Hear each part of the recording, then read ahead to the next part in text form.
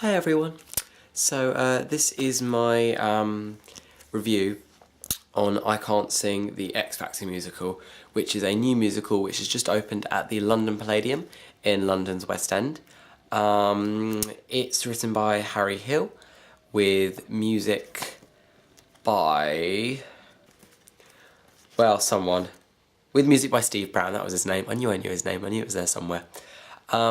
And it's co-produced by Simon Cowell, who obviously does the X Factor, and some various other people, which I'm not really, yeah. So I saw the musical on I think it was the 7th of March. So it was actually its third performance. It would have been running for just over a week, I think, but they had to cancel due to technical difficulties with the first couple of performances. So they ended up, that ended up being the third performance. I've got quite a lot to say about it. I'll start off with, logistically, it was a bit of a pain because they were having these technical issues, so they had to make the interval very, very long. It was about a 50-minute interval or something like that, so that was really stupid and a bit of a pain. But getting to the grips of the show. Generally speaking, I think that there are I think there were some really nice elements to it, and I think there were some things that worked really, really well. However, I do think that there were lots of things that did not work and that were really ineffective, and to sort of sum up my review now, generally not that impressed. I sort of walked away thinking, what on earth was that I just witnessed? But I'm gonna talk about the positives first and do some of the good stuff. So, the actual cast themselves, which is what you generally get at West End shows, were extremely, extremely talented. So the girl that played the main girl in it, who was Cynthia Erivo, hopefully I've pronounced that correctly, she played the main girl, who was called Janice, and she was really, really incredible. She had a really fantastic voice. I didn't think her acting was the best, but I think it was pretty. I mean, it was pretty up there, and her voice, absolutely, she had the most beautiful singing voice ever when she was belting out the title number of the show, I Can't Sing. So that was really, really good, and I thought she did really, really well. And actually, if it wasn't for her, I probably would have absolutely hated the show, but she made me only hate it a little bit less than I would have. So well done to her. Then you've got Alan Morrissey, who played a character called Max, who was like the main guy in it. I thought he was alright, he had a nice voice, he was good. Like I said, generally speaking, pretty good. Simon Bailey, who he basically played a character called Liam O'Leary, who's obviously a takeoff of Dermot O'Leary? I don't know. Yeah, Dermot O'Leary. Yeah, sorry. Yes, Dermot O'Leary. He played a character called Liam O'Leary. He got it spot on. He was absolutely brilliant. He picked on his traits. It was a bit like watching an impressionist do an act. It was really, really good. So he was excellent. Nigel Harman, who I'm a big, big fan of, he played Lord Farquaad in Shrek the Musical last year, and he's obviously done various other stuff. He was in Downton Abbey recently. Really fantastic actor. For me, I didn't enjoy him that much of the role, just because I didn't think there was much to it. It was quite a one-dimensional role, so I didn't think there was much there, which is a shame because I think he's a really fantastic actor. And you then had you had a really, really good ensemble and some really fantastic characters.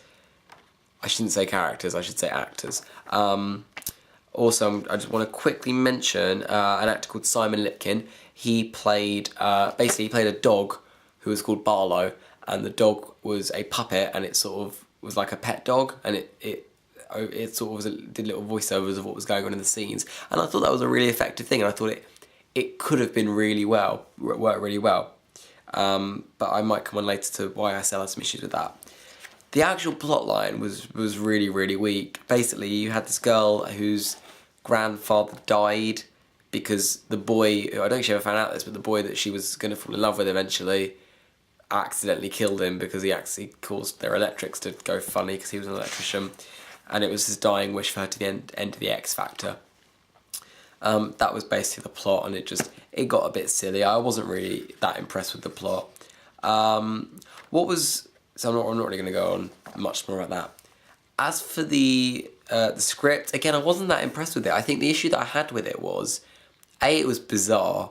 It was really bizarre. Spoiler alert, at the end of the show, Simon Cowell, an alien comes out of his stomach and floats in a spaceship and goes up in the sky. It was very Harry Hill. And if you like Harry Hill, then you'll really enjoy it. I thought I liked Harry Hill until I watched this musical that he'd written, and then I realised actually I don't like Harry Hill very much. He's not very funny.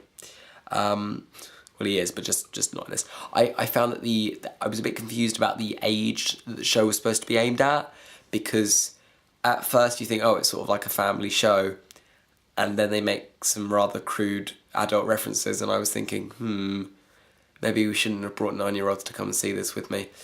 But oh well. So yeah, I did that. That was a bit confusing. As for the music, the actual reason I booked to see the show, when I first heard it was going to be made into a show, I thought, oh, what a load of crap, I don't want to go and see that. And I got sent a demo CD, and I thought to myself, give it a go. And I listened to the music, and it sounded really, really good, the music. They sent me 4 songs. I Can't Sing, I Want to Be Like Bono, Please, I think it was called Please Simon Please, and there was another one. And they were really, really good songs, so I thought, oh, that sounds good, so I booked it. The rest of the songs weren't so good. They just were a little bit nothing key. But those 4 songs were really, really good. I Can't Sing was really, really good. I think it was my favourite song in it. Some really nice lines in it. Choreography-wise, let's do choreography. I liked it. It was nice. It wasn't... I didn't think it was anything special. I thought it was nice. I found the issue was... I'm going to talk about set. The set was effective, but I didn't feel it was big enough. Sorry, not big enough, that's not the right word. I didn't feel it did enough. Like, you could see a lot of money has gone into the show. But I think I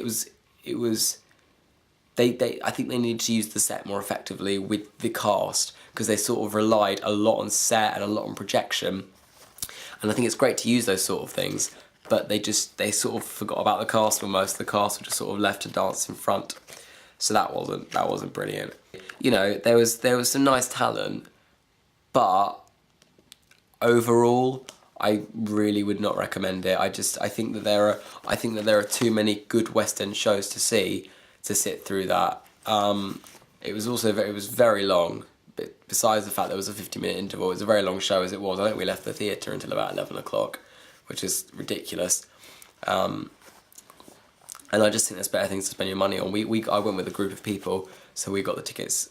I think they were about half price, and yet I still thought to myself, wow, I'm really glad I did not spend any more money on that, because it just wasn't worth it. How long it will stay open for, I'm not sure, because obviously it's got, Simon Cowell pumping money into it, so it may last forever, I really don't know. But anyway, that's my review on I Can't Sing. I think if I'd have to star it, I think it would pain me to give it 3 stars, but it'd probably get a high 2, maybe slip into the 3, purely because the use of projection in the set and things like that did slightly bring it up, and there were some nice moments in it, so I'd maybe give it 3 stars, but I don't think it's something for the West End. I don't think it's something that I want to see for much longer, really. So that's that, but if you want to go and see it, and maybe I'm wrong, because what was really interesting is I've looked on Facebook and on Twitter and stuff, and people seem to be loving it, so maybe it's just me. I mean, out of the group of people I went with, there were about 18 of us, I think. And I think it was about half and half. Half of us, or it was maybe, some of us really hated it. A few people really liked it. Everyone else was sort of in the middle. But go down for yourself if you really want to. And it will be a waste of money. Yeah. Well, that's the end of this review. That was a lot of fun. Bye.